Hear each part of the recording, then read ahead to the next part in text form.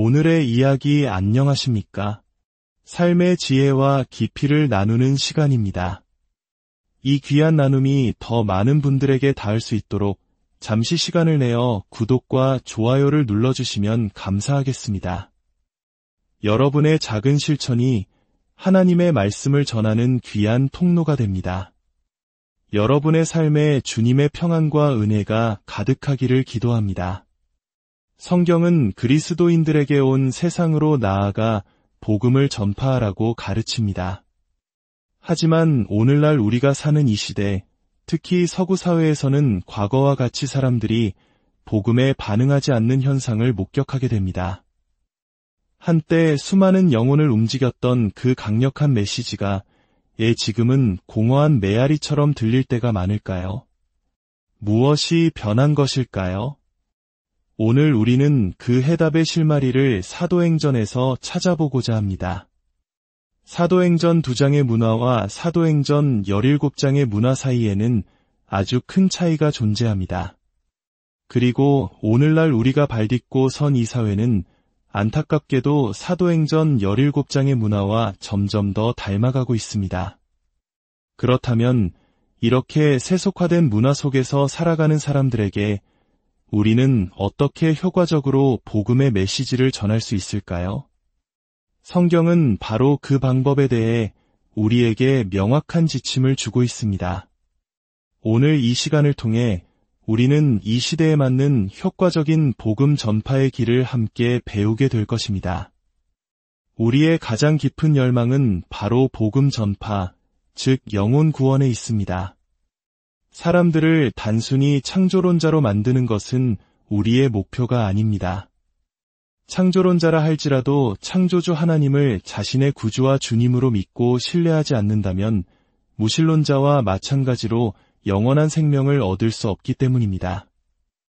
우리의 진정한 소망은 한 사람 한 사람이 복음을 듣고 주 예수 그리스도를 영접하여 구원받는 것입니다. 시편 11편 3절은 이렇게 말씀합니다. 터가 무너지면 의인이 무엇을 하랴. 저는 무너져 내리는 헛간의 이미지를 통해 이 말씀을 설명하곤 합니다. 튼튼했던 헛간이 기초가 무너지자 속절없이 주저앉는 것처럼 오늘날 서구 사회, 그리고 우리가 사는 이 사회에서 기독교적 도덕성과 세계관이 붕괴하는 모습을 우리는 목격하고 있습니다. 한때 기독교 정신 위에 세워졌던 위대한 나라들에서 동성결혼과 낙태와 같은 문제들이 당연시되고 공공장소에서 기독교의 상징들이 사라지고 있습니다. 문화 전체가 급격하게 변하고 있는 것입니다. 이 무너지는 헛간은 바로 우리 시대의 자화상입니다. 이 현상을 이해하려면 세상에는 근본적으로 두 가지 종교만이 존재한다는 사실을 깨달아야 합니다. 하나는 하나님의 말씀에서 시작하는 것이고 다른 하나는 인간의 말에서 시작하는 것입니다. 이 선택은 창세기 3장에서부터 시작되었습니다. 선악을 알게 하는 나무의 열매를 먹지 말라는 하나님의 말씀을 신뢰할 것인가, 아니면 너희가 하나님처럼 될 수 있다, 즉 스스로 진리를 결정할 수 있다는 사탄의 유혹을 따를 것인가. 이 두 가지 다른 출발점은 두 개의 완전히 다른 세계관을 만들어냅니다. 하나님의 말씀에서 시작하면 기독교적 절대 진리의 세계관이 세워지고 인간의 말에서 시작하면 도덕적 상대주의의 세계관이 세워집니다. 그런데 지금 우리 시대에 무슨 일이 일어났습니까? 바로 하나님의 말씀이라는 권위의 기초가 공격받고 무너졌습니다. 과거 기독교 정신 위에 세워졌던 많은 사회에서는 성경이 도덕의 기준이었고 기독교적 세계관이 문화 전반에 스며들어 있었습니다. 하지만 지난 수십 년간 여러 세대에 걸쳐 공교육과 미디어를 통해 사람들은 성경의 역사가 특히 창세기 1장부터 11장까지의 기록이 사실이 아니라고 배워왔습니다. 진화론이 사실이고 수억만 년의 연대가 진리라고 배웠습니다. 그러자 다음 세대들은 논리적인 결론에 도달하기 시작했습니다. 만약 창세기의 역사가 사실이 아니라면 그 역사에 뿌리를 둔 복음 또한 진리가 아닐 것이다. 결국 기독교적 도덕성은 붕괴하고 도덕적 상대주의가 만연하게 된 것입니다. 이는 교육계, 사법부, 정부, 그리고 슬프게도 교회의 상당 부분에서조차 그 출발점이 하나님의 말씀에서 인간의 말로 바뀌었기 때문에 나타난 필연적인 결과입니다. 이 상황을 저는 성의 비유로 설명하고 싶습니다. 한쪽에는 하나님의 말씀이라는 굳건한 기초 위에 세워진 기독교 교리의 성이 있습니다. 다른 한쪽에는 인간의 말, 즉 세속적 인본주의와 도덕적 상대주의라는 기초 위에 세워진 성이 있습니다. 세속주의자들은 하나님의 말씀을 끊임없이 공격해왔습니다. 특히 우리 시대에는 창세기 한 장에서 11장을 집중적으로 공격했습니다. 그런데 교회의 상당수는 창세기는 그리 중요하지 않다, 문자 그대로의 역사로 받아들일 필요는 없다고 말하며 스스로 기초의 일부를 내어주었습니다. 하지만 기초 전체가 온전하지 않으면 건물 전체가 무너지는 법입니다. 우리는 문화 속에서 일어나는 수많은 문제들을 보며 탄식하지만 그것들은 문제의 본질이 아니라 증상일 뿐입니다. 교회는 안타깝게도 이 문제의 본질을 놓치고 눈에 보이는 증상들과 싸우는데 많은 시간과 자원을 쏟아부었습니다. 하지만 근본적인 변화는 일어나지 않았습니다. 왜일까요? 세속주의자들은 다음 세대의 마음과 생각을 사로잡는 데 성공했기 때문입니다. 그들은 아이들의 마음속에 하나님의 말씀 대신 인간의 이성이라는 다른 기초를 놓았고 그 결과 세계관이 바뀌고 문화가 변해버린 것입니다. 성경은 우리에게 세상으로 나아가 문화를 바꾸라고 말씀하지 않으셨습니다. 온 천하에 다니며 만민에게 복음을 전파하라고 하셨습니다. 세속주의자들은 알고 있습니다. 아이들의 마음과 생각을 사로잡아 다른 기초를 놓아주면 그들이 자라서 문화를 바꿀 것이라는 사실을 말입니다. 그렇다면 교회는 무엇을 해야 했을까요? 우리는 하나님의 말씀의 권위 위에 굳게 서서 믿음을 변증할 줄 아는 세대를 길러냈어야 했습니다. 그들이 세상의 소금과 빛이 되어 문화를 변화시켰어야 합니다. 하지만 우리는 다음 세대를 세상에 내어주었고 세상이 가르치는 것을 믿어도 괜찮아 예수님만 잘 믿으면 돼라고 말하는 안일함에 빠졌습니다. 그 결과 오늘날 교회에서 자란 청년들의 3분의 2 이상이 대학에 가면 교회를 떠나고 있습니다. 이대로라면 우리는 다음 세대와 문화를 모두 잃게 될 것입니다. 그렇다면 복음을 전한다는 것은 구체적으로 무엇을 의미할까요? 복음이란 무엇입니까? 아마 당신은 예수 그리스도께서 십자가에서 죽으시고 부활하신 기쁜 소식이라고 답할 것입니다. 맞습니다. 그것이 복음의 핵심입니다. 하지만 이 기쁜 소식을 이해하기 위해서는 먼저 창세기에 기록된 나쁜 소식을 알아야 한다는 사실을 잊어서는 안 됩니다. 죄로 인해 망가져버린 완벽했던 세상, 첫사람 아담의 불순종으로 죄가 세상에 들어오고 그 결과로 죽음이 찾아왔다는 나쁜 소식 말입니다. 바로 이것이 우리에게 구원자가 필요한 이유이며 예수 그리스도께서 역사 속으로 들어오신 이유입니다. 즉, 창세기 1장부터 11장까지의 역사는 복음이라는 기쁜 소식을 이해하는데 절대적으로 필요한 기초 지식입니다. 한번 상상해 보십시오. 당신이 다니는 교회에서 우리는 창세기를 믿지 않습니다. 중요하지도 않아요. 하지만 나가서 세상 사람들에게 복음을 전하십시오. 단, 창세기는 절대 언급하면 안 됩니다. 라고 가르친다고 말입니다. 당신은 어떻게 복음을 전하시겠습니까? 자, 당신은 죄인입니다. 예수님이 필요합니다. 제가 왜 죄인인가요? 그건 그냥 믿으세요. 죄인이니까요. 예수님이 십자가에서 죽으셨다고요? 왜요? 당신의 죄 때문입니다. 죄가 어디서 왔는데요? 그건 신경 쓰지 마시고 그냥 믿기만 하세요. 이것이 가능하다고 생각하십니까? 창세기 1장부터 11장까지의 역사 없이는 복음을 전하는 것 자체가 불가능합니다. 고린도전서 15장이나 로마서 5장에서 사도 바울이 복음과 부활, 그리고 마지막 아담에 대해 말할 때 그는 항상 창세기로 돌아갑니다. 창세기의 역사가 모든 교리의 기초이기 때문입니다. 우리가 복음을 전할 때 가장 먼저 확인해야 할 것은 우리가 사용하는 단어를 듣는 사람도 우리와 같은 의미로 이해하고 있는가 하는 점입니다. 예를 들어 하나님이라는 단어를 말했을 때 듣는 사람이 우리가 의미하는 창조주 하나님을 떠올리지 않는다면 소통은 실패한 것입니다.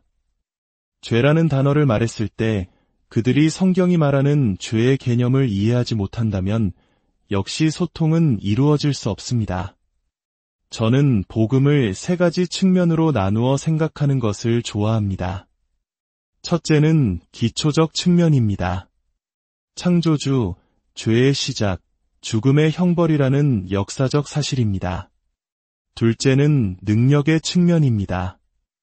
하나님의 아들이신 예수 그리스도께서 인간이 되셔서 십자가에서 죽으시고 부활하신 복음의 능력입니다. 셋째는 소망의 측면입니다. 죄로 인해 신음하는 이 세상이 끝나고 새 하늘과 새 땅이 올 것이라는 소망입니다. 그런데 오늘날 대부분의 교회는 복음의 능력과 소망에만 집중하고 그 기초는 소홀히 하는 경향이 있습니다.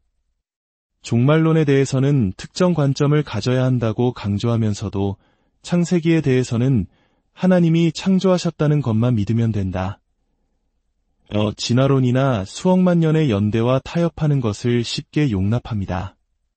이것이 왜 심각한 문제일까요? 종말론에 대한 여러 관점들은 대부분 성경 안에서 성경의 권위를 인정하며 논쟁합니다. 다니엘서, 에스겔서, 요한계시록을 어떻게 해석할 것인가를 두고 성경 본문으로 씨름합니다. 하지만 창세기에 대한 여러 타협적인 견해들, 예를 들어 유신론적 진화론이나 간격이론 등은 성경 밖의 세속적 사상, 즉 이교도의 종교와 같은 진화론을 성경 안으로 끌어들여 말씀을 재해석한 결과물입니다. 이것은 성경의 권위를 스스로 허무는 위험한 타협입니다. 하나님의 말씀을 의도적으로 바꾸려는 시도인 것입니다. 고린도전서 1장 23절은 이렇게 말씀합니다. 우리는 십자가에 못 박힌 그리스도를 전하니 유대인에게는 거리끼는 것이요 이방인에게는 미련한 것이로되 십자가의 복음이 유대인에게는 거리끼는 것, 즉 걸림돌이었고 이방인, 즉 그리스인에게는 미련한 것, 즉 어리석은 것이었습니다. 왜 이런 차이가 발생했을까요? 이 질문에 답하기 위해 우리는 사도행전에 기록된 2개의 위대한 설교를 비교해 볼 것입니다. 하나는 유대인을 향한 베드로의 설교이고 다른 하나는 그리스인을 향한 바울의 설교입니다. 사도행전 2장, 오순절 날 베드로는 유대인들을 향해 담대하게 외쳤습니다. 요약하자면 이렇습니다. 여러분은 하나님의 아들, 메시아를 십자가에 못 박았습니다. 여러분의 죄를 회개하십시오. 하나님께서 그를 죽은 자 가운데서 살리셨습니다. 이 말을 들은 사람들은 마음에 찔림을 받아 우리가 어찌할꼬 라고 외쳤고 그날 3,000명이나 되는 영혼이 구원을 받았습니다. 놀라운 부흥이었습니다. 이것이 바로 사도행전 2장식 접근법입니다. 오늘날 많은 교회의 전도 방식, 주일학교 교재, 성경 공부 자료들이 대부분 이 접근법을 따르고 있습니다. 그런데 베드로가 누구에게 설교했는지를 생각해 보아야 합니다. 그의 설교를 들은 사람들은 주로 유대인들이었습니다. 그들은 이미 창조주 하나님을 믿고 있었습니다. 모세의 율법을 통해 죄가 무엇인지 알고 있었습니다. 아담과 하와의 타락 이야기를 알고 있었습니다. 그들에게는 복음을 이해할 기초가 이미 놓여 있었던 것입니다. 그들의 문제는 기초가 아니라 예수님이 바로 그들이 기다리던 메시아라는 사실을 받아들이는 것, 즉 걸림돌을 넘는 것이었습니다. 우리 한국 사회도 60년대, 70년대만 하더라도 기독교가 낯설지 않았고 하나님, 죄와 같은 개념들이 어느 정도 공유되던 시절이 있었습니다. 그 시절에는 사도행전 2장식 접근법이 효과적이었습니다. 사람들은 복음의 핵심 메시지를 이해할 수 있었습니다. 하지만 이제 사도행전 17장으로 가봅시다. 사도 바울이 아테네의 아레오바고 언덕에서 그리스 철학자들을 만납니다. 에피쿠로스 학파와 스토아학파 사람들입니다. 그들에게 바울이 예수와 부활에 대해 전했을 때 그들의 반응은 어땠습니까? 이 말쟁이가 무슨 말을 하고자 하느냐? 그들에게 십자가와 부활의 메시지는 그저 어리석은 이야기일 뿐이었습니다. 왜 이런 차이가 났을까요? 바울의 설교를 듣던 그리스인들은 유대인들과 전혀 다른 사람들이었기 때문입니다. 에피쿠로스 학파는 만물이 원자의 우연한 결합으로 생겨났다고 믿는 오늘날의 진화론자와 같은 사람들이었습니다. 스토아 학파는 신이 만물에 깃들어 있다고 믿는 범신론자였습니다. 그들에게는 유일신 창조주 개념도 성경적인 죄의 개념도 없었습니다. 복음을 이해할 기초가 전혀 없었던 것입니다.